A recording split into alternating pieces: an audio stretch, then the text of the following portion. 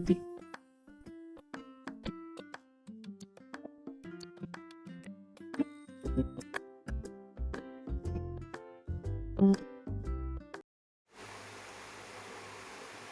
Everyone, இது உங்கள் APJ Maran academy. So நம்ம போன வீடியோவில் சொன்ன மாதிரி நம்ம கெமிஸ்ட்ரியை தான் நம்ம இப்போ பார்க்க போகிறோம். கெமிஸ்ட்ரியில் 7வது லெசன் அணுக்களும் மூலக்கூறுகளும் 10th சயின்ஸில் பார்க்க போகிறோம். ஃபஸ்ட்டு நம்ம எல்லா படத்துக்கும் பார்க்குற மாதிரி ஃபார்முலா ஷீட்டை இதுக்கு நம்ம பார்த்துருவோம். ஃபஸ்ட்டு பாருங்கள், மோல்களின் எண்ணிக்கை. கொஞ்சம் இந்த 2 ஃபார்முலா ஓகேவா? ஸோ இந்த 2 கூட லைட்டாக பார்த்துக்கோங்க, இப்போ உங்களுக்கு யூஸ் ஆகலாம். ஆனால் இந்த 2 ஃபார்முலாவும் ரொம்ப ரொம்ப இம்பார்ட்டன்ட். இந்த மோல்களோட எண்ணிக்கை அப்படின்றது ரொம்ப ரொம்ப ரொம்ப ரொம்ப இம்பார்ட்டன்ட். உங்களுக்கு எங்கே இது இம்பார்ட்டன்னா, ஜேஇஇ ஓகேவா, ஜேஇ எக்ஸாமுக்கு, 12th ஸ்டாண்டர்டுக்கு, நீட்டுக்கு, இந்த மாதிரி 3 விஷயத்துக்கும் நமக்கு காமனாக இருக்கக்கூடிய டேர்ம் என்னன்னா இந்த மோல்களுடைய எண்ணிக்கை. நம்பர் ஆஃப் மோல்ஸ்னு சொல்லி இங்கிலீஷில் சொல்லுவோம். So number of moles equal to given mass by molar mass, அதாவது தமிழில் நிறை பை மூலக்கூறு நிறை, இல்லை நிறை பை அணு நிறை. ஓகேவா? ஸோ நம்ம இந்த மாதிரி 2 விதமாக டிஃபைன் பண்ணுறோம். ஆனால் உங்களுக்கு ஹையர் ஸ்டடீஸ் 12thலையோ இல்லை ஜேஇ இந்த மாதிரி எக்ஸாமுக்கும் இந்த ஒரு ஃபார்முலா நிறை பை மூலக்கூறு நிறை, number of given mass by molar mass அப்படின்ற இந்த கான்செப்ட் தான் மோல்களோட எண்ணிக்கைக்கு நம்ம யூஸ் பண்ணக்கூடிய முக்கியமான ஃபார்முலா. தயவு செய்து இப்பயே இந்த ஃபார்முலாவை மனப்பாடம் பண்ணிக்கோங்க. இது 2 இப்போ உங்களுக்கு யூஸ் ஆகலாம், ஆனால் பின்னாடி இது 2 காட்டிலும் இதுவும் யூஸ் ஆகும். ஆனால் இதை காட்டிலும் இதுக்கு ரொம்ப வெயிட்டேஜ் அதிகம். இந்த பாடத்தை வச்சு டேரெக்டாக உங்களுக்கு கொஷின் ஜேஇயில் கேட்குறேன். ஜேஇ எவ்வளோ பெரிய டஃப்பான எக்ஸாம்னு உங்களுக்கு தெரியும். ஒருவேளை இல்லை எனக்கு ஜேஇயை பற்றி நாலேஜ் கிடையாது, 10th அடுத்து எந்த குரூப் எடுக்கிறது நாலேஜ் கிடையாது, எனக்கு ஜேஇ நீட் இந்த மாதிரி இதெல்லாம் என்னன்னு தெரியாது அப்படின்னா கமெண்டில் சொல்லுங்கள், அதுக்கு நான் தனியாக வீடியோ எடுத்து போடுறேன். ஸோ அப்போ இந்த வீடியோவுக்கு பார்க்குறப்ப நமக்கு ஜேஇக்கு இந்த ஃபார்முலா ரொம்ப இம்பார்ட்டண்ட், நிறை பை மூலக்கூறு நிறைன்றது. ஸோ இதை தயவு செய்து நல்லா படிச்சு வச்சுக்கோங்க, உங்களுக்கு இதுலேருந்து டேரெக்டாக கூட கொஸ்டின் கேட்பாங்க. ஸோ மோல்களின் எண்ணிக்கைக்கு நிறை பை அணு நிறை போடலாம், அல்லது நிறை பை மூலக்கூறு நிறை, அல்லது அணுக்களின் எண்ணிக்கை பை 6.023 × 10⁻23. இது ரொம்ப ரொம்ப இம்பார்ட்டண்டான ஒரு நம்பர். இந்த டேர்ம் ஃபிசிக்ஸ்லேயும் சரி கெமிஸ்ட்ரிலையும் சரி அடிக்கடி யூஸ் ஆகும். நமக்கு 12th ஸ்டாண்டர்ட்லேயும் இதை அடிக்கடி யூஸ் பண்ணுவாங்க. இது அவகேட்டோ நம்பர் என்ஏன்னு சொல்லுவாங்க. நான் கீழெல்லாம் என்ஏ தான் மென்ஷன் பண்ணியிருப்பேன். இதை அவகேட்டோ நம்பரை என்ஏ அப்படின்னு சொல்லி நம்ம இவ்வளோ பெரிய நம்பரில் இருக்க பதிலாக இந்த மாதிரி ஒரு சின்ன சைனில் பார்த்தோன்னா டிக்ளேர் பண்ணுவாங்க. அடுத்து மூலக்கூறுகளின் எண்ணிக்கை பை 6.023 × 10⁻23.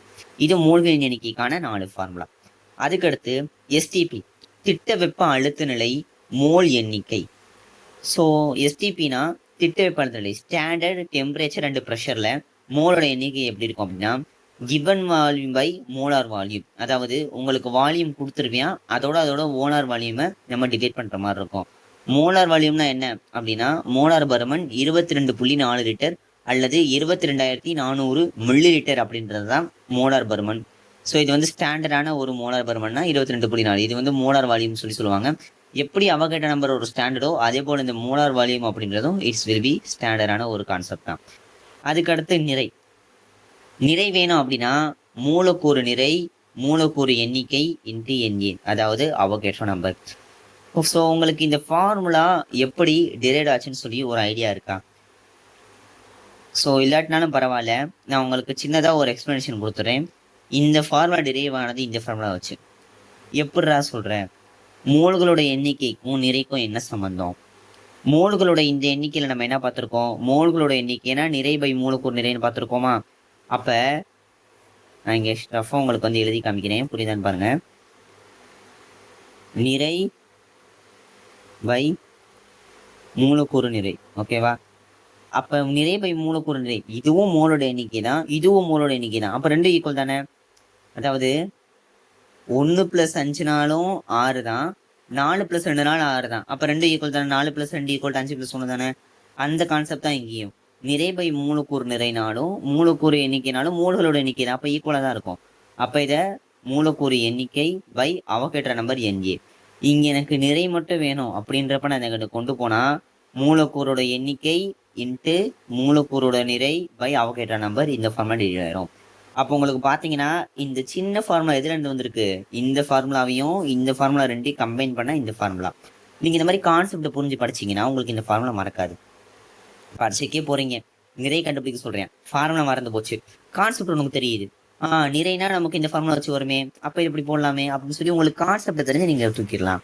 அடுத்த அணுக்களோட எண்ணிக்கை, இதுவும் சேம் கான்செப்ட் தான். இப்ப அணுக்களோட எண்ணிக்கை எப்படி கண்டுபிடிப்பீங்க? அணுக்களோட எண்ணிக்கைக்கு இதையும் ஈக்குவல் பண்ணணும்.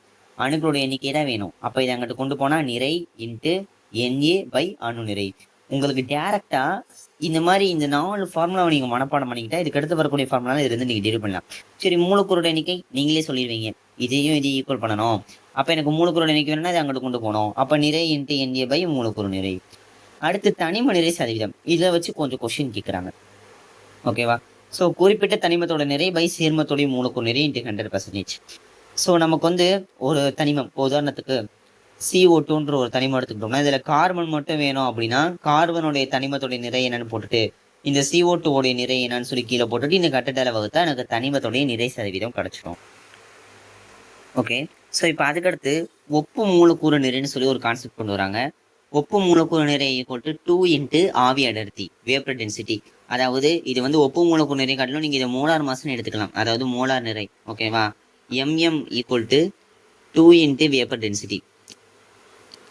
இதுவும் நீங்க ஹையர் ஸ்டடிஸ்க்கு போறப்போ உங்களுக்கு யூஸ் ஆகக்கூடிய ஒரு ஃபார்முலா தான்.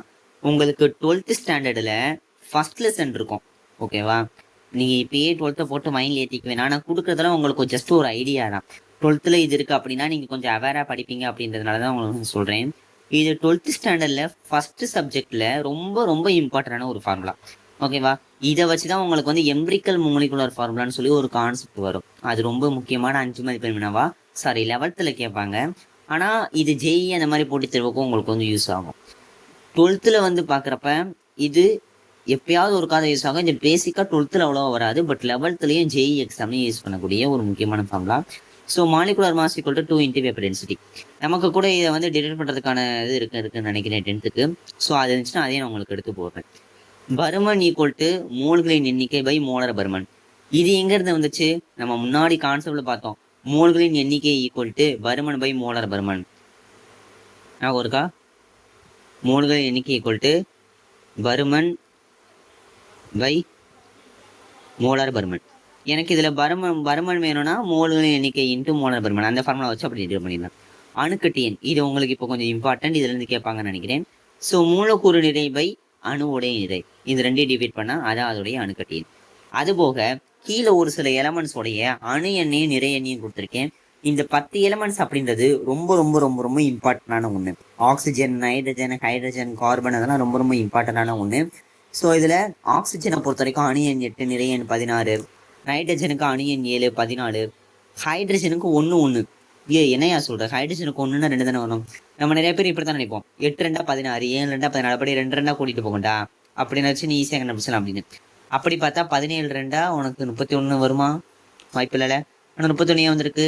ஸோ உங்களுக்கு இந்த மாதிரி ஒரு சில எலமெண்ட்ஸுக்கு, அதாவது எனக்கு தெரிஞ்சு ஒரு 10 எலமெண்ட்ஸ், ஃபர்ஸ்ட் 10 எலமெண்ட்டுக்கு நமக்கு இந்த மாதிரி ட்வைஸா ரூல்ஸ் யூஸ் ஆகும். அதாவது ஹைட்ரஜன்ல ஆரம்பிச்சு நமக்கு ஏறக்குறைய 10வது எலமெண்ட் வரைக்கும் 2ஆல் அடி பெருக்கிற மாதிரி இருக்கும். ஆனா அதுக்கடுத்து பூரா இந்த ஃபார்மேட் யூஸ் ஆகாது. இந்த மாதிரி பாருங்க, பாஸ்பரஸ் எல்லாம் 17 31 வந்திருக்கு. இப்படி ஃபார்மேட் நமக்கு உபயோகாம இருக்கும். அப்ப ஹைட்ரஜனுக்கு எப்படிங்க 1க்கு 1? நிறை எண்ணா ஃபர்ஸ்ட் என்னது? நிறை எண் அப்படின்றது நம்மளுடைய நியூட்ரான்களுடைய எண்ணிக்கையையும் பிளஸ் நம்மளுடைய புரோட்டானோட எண்ணிக்கையும் கூட்டுவோம். ஆனா ஹைட்ரஜனை பொறுத்த வரைக்கும் நியூட்ரான் கிடையாது, ஒன்லி புரோட்டான் மட்டும்தான். ஹைட்ரஜன் அப்படின்றது சிங்கிள் புரோட்டான் ஆர்மி. ஒரு புரோட்டான் இருக்கும், ஒரு எலக்ட்ரான் இருக்கும், அவ்வளவுதான். ஹைட்ரஜனை பொறுத்த வரைக்கும் ஒரு புரோட்டான் இருக்கும், ஒரு எலக்ட்ரான் இருக்கும். ஓகேவா? நடுவுல பாசிட்டிவ், இங்க பிளஸ் நெகட்டிவ். அதனாலதான் ஹைட்ரஜனுடைய அணியன் 3. அணியன்னா என்ன? 1 புரோட்டானோட எண்ணிக்கை அல்லது எலக்ட்ரானோட எண்ணிக்கை, ரெண்டுமே 1 1 இருக்கனால நான் 1 எடுத்துக்கிட்டேன். இதுவே நிறை என்னன்னா நடுவுல இருக்கக்கூடிய புரோட்டான் பிளஸ் நியூட்ரான். பட் ஹைட்ரஜனுக்கு நியூட்ரான் 0, புரோட்டான் 1, அதனால 1 தான் வரும். கார்பனுக்கு 6 2 12, சல்ஃபருக்கு 16 32, பாஸ்பரஸுக்கு 17 31, குளோரினுக்கு 17 35.5 சொல்லி சொல்லுவாங்க. ஏன்னா ஆவரேஜ். குளோரினை பொறுத்த வரைக்கும் குளோரின் 17ன்னு ஒன்று இருக்கேன், 18 இருக்குன்னு நினைக்கிறேன். ஸோ ரெண்டுத்துக்கும் ஆவரேஜ் எடுக்கணும். ஏன்னா ஒரு எலமெண்ட்டுக்கு ஐசோடோப்னு சொல்லி நீங்க பாப்பீங்க. அதை பத்தின கான்செப்ட்லாம் நான் பின்னாடி வீடியோல இன்னும் டீட்டெயிலாக சொல்றேன்.